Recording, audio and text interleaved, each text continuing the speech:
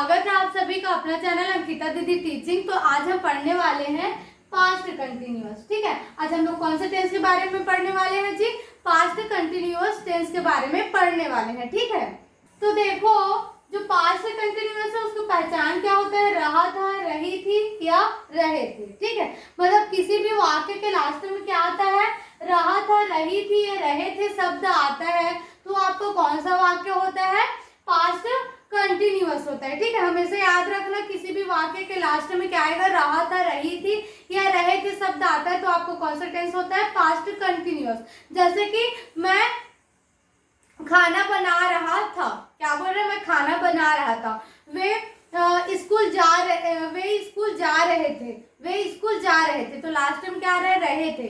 वह खाना पका रही थी तो लास्ट में क्या आ रहा है? रही थी आ रहा है। ठीक है, तो किसी भी वाक्य के लास्ट में क्या होगा? रहा था, रही थी या रहे थे शब्द आता है तो आपको कौन सा वाक्य होता है? कौन सा टेंस होता है आपका? पास्ट कंटिन्यूअस टेंस होता है। ठीक है, तो देखो पास्ट कंटिन्यूअस का आज हम नेगेटिव सेंटेंस के बारे में पढ़ने वाले हैं। ठीक है, कौन सा सेंटेंस के बारे में पढ़ने वाले हैं जी? Negative sentence. इससे पहले अफर्मेटिव सेंटेंस बनता है जिसको मैंने पिछले ही वीडियो में बता दिया अफर्मेटिव सेंटेंस को। ठीक है, तो आज हम लोग क्या पढ़ने वाले हैं? पास्ट कंटिन्यूअस का नेगेटिव सेंटेंस पढ़ने वाले हैं। ठीक है, नेगेटिव सेंटेंस मींस क्या होता है? नकारात्मक वाक्य। ऐसा वाक्य जिसमें नहीं शब्द आता है वो आपका क्या होता है? नकारात्मक वाक्य। जैसे कि मैं नहीं सो रही थी, मैं नहीं सो रही थी तो लास्ट बीच में क्या आया? नहीं शब्द आया ना, मैं नहीं सो रही थी तो नहीं शब्द आया मतलब आपको कौन सा वाक्य हो गया? वो तो आपको क्या हो गया? नकारात्मक वाक्य हो गया। ठीक है, तो देखो नकारात्मक वाक्य उसका सूत्र क्या होता है? सबसे पहले सब्जेक्ट आता है। क्या आता है जी? सब्जेक्ट आता है। फिर क्या आता है आपका? हेल्पिंग वर्ब आता है। और हमेशा नकारात्मक में हेल्पिंग वर्ब पर एक्स्ट्रा क्या लगाया जाता है? नॉट लगाया जाता है। ठीक है, नहीं को कौन बताएगा? नॉट बताएगा। ठीक है, फिर उसके बाद पास्ट कंटिन्यूअस में वर्ब का कौन सा फॉर्म लगता है? फोर्थ फॉर्म लगता है। ठीक है, तो वर्ब का फोर्थ फॉर्म आ जाएगा, फिर क्या आ जाएगा? ऑब्जेक्ट आ जाएगा। ठीक है, तो हमारा ऑब्जेक्ट कुछ भी हो सकता है। तो ये होगा हमारा जो पास्ट कंटिन्यूअस टेंस है उसका नेगेटिव सेंटेंस का क्या हो गया? फॉर्मूला हो गया। ठीक है, अब इस फॉर्मूला को डिटेल से समझते हैं, फिर उसके बाद क्या बनाएंगे? सेंटेंस बनाएंगे। ठीक है, तो देखो हमारा जो नेगेटिव सेंटेंस का सूत्र है उसको क्या करते हैं? थोड़ा और डिटेल में समझते हैं। ठीक है, तो डिटेल क्या है जी आपका? देखो सबसे पहले सूत्र में क्या आता है? सब्जेक्ट आता है। तो सब्जेक्ट होता क्या है आपका? सबसे पहला सब्जेक्ट होता है आई। आई मीन्स क्या होता है? मैं। दूसरा क्या होता है? यू। यू मीन्स क्या होता है? तुम। तीसरा होता है वी। वी मीन्स क्या होता है? हम। और दे मीन्स क्या होता है? वे। ठीक है, ही मीन्स क्या होता है? वह। लड़का के लिए यूज होगा। सी मीन्स भी वह होता है लेकिन इसका यूज किसके लिए होगा? लड़की के लिए होगा। ठीक है, इट मीन्स यह होता है, इसका यूज किसके लिए होता है? निर्जीव वस्तु के लिए होता है। ठीक है, फिर होता है आपका नेम। नेम मीन्स क्या होता है? नाम। दुनिया के जितने भी नाम है वो क्या आपका? सब्जेक्ट। तो ये तो हो गया आपका सब्जेक्ट। तो सब्जेक्ट के बाद दूसरा क्या आता है? हेल्पिंग वर्ब आता है। ठीक है, तो जो पास्ट कंटिन्यूअस है उसमें कौन सा हेल्पिंग वर्ब यूज होता है? was और were यूज होता है। ठीक है, क्या होता है जी? was और were यूज होता है। तो देखो अब हेल्पिंग वर्ब को कितने हैं? दो है। ठीक है, तो कौन सा सब्जेक्ट के साथ कौन सा हेल्पिंग वर्ब लगता है और कौन सा सब्जेक्ट के साथ कौन सा हेल्पिंग वर्ब लगता है? ठीक है, इसको क्या होना चाहिए? हमको अच्छे से पता होना चाहिए। तो हमेशा याद रखना जो पास्ट कंटिन्यूअस है उसमें आई के साथ कौन सा हेल्पिंग वर्ब लगता है? was लगता है। ठीक है, और यू वी दे के साथ क्या लगता है? were लगता है।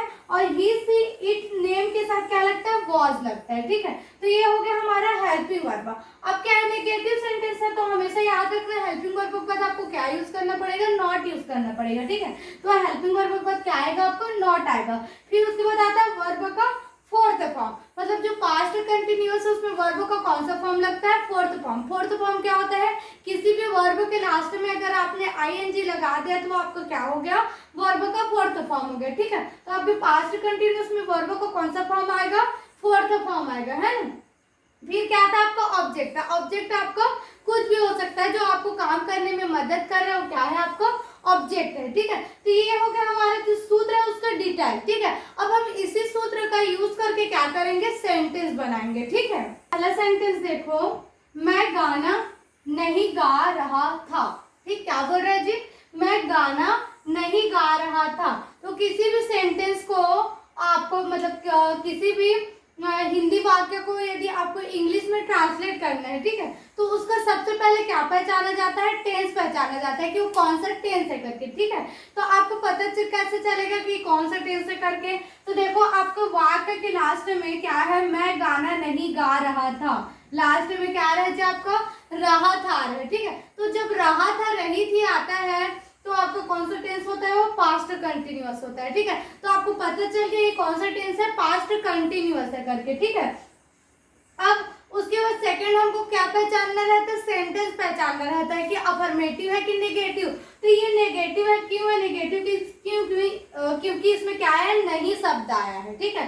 तो जब भी किसी भी वाक्य में नहीं शब्द आता है तो आपको कौन सा सेंटेंस रहता है, वो नेगेटिव सेंटेंस रहता है, ठीक है। तो ये आपको समझ में आ गया, ये क्या है, पास्ट कंटिन्यूअस का नेगेटिव सेंटेंस है। तो पास्ट कंटिन्यूअस का नेगेटिव सेंटेंस का सूत्र क्या होता है, सबसे पहले सब्जेक्ट आता है, सब्जेक्ट कौन है, मैं, तो मैं का क्या हो जाएगा जी, आई हो जाएगा, ठीक है। आई के साथ कौन सा हेल्पिंग वर्ब आता है, वॉज आता है, तो वॉज आ गया, आई वॉज।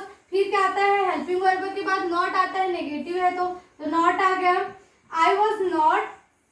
फिर आता है वर्ब का फोर्थ फॉर्म, तो वर्ब मीन्स क्या है, क्रिया।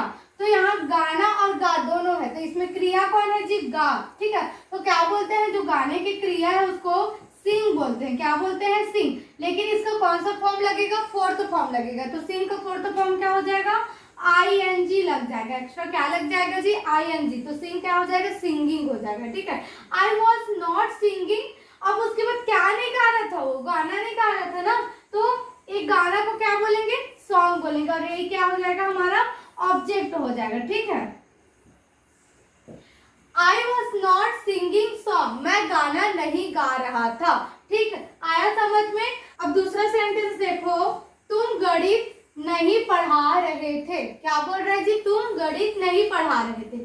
तो लास्ट में क्या आ गया, रहे थे आ गया, तो रहे थे में आ गया मतलब आपका पास्ट कंटिन्यूअस हो गया, और नहीं आ गया मतलब नेगेटिव सेंटेंस। तो नेगेटिव का सूत्र है सब्जेक्ट पहले, तो सब्जेक्ट कौन है आपका, तुम, तो तुमको क्या बोलेंगे जी, you.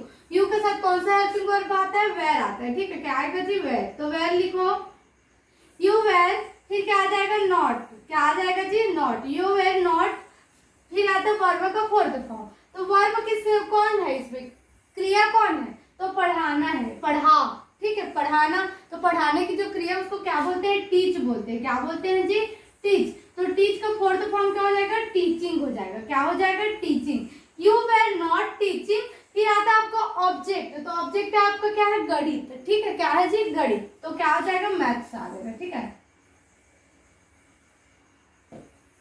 You were not teach,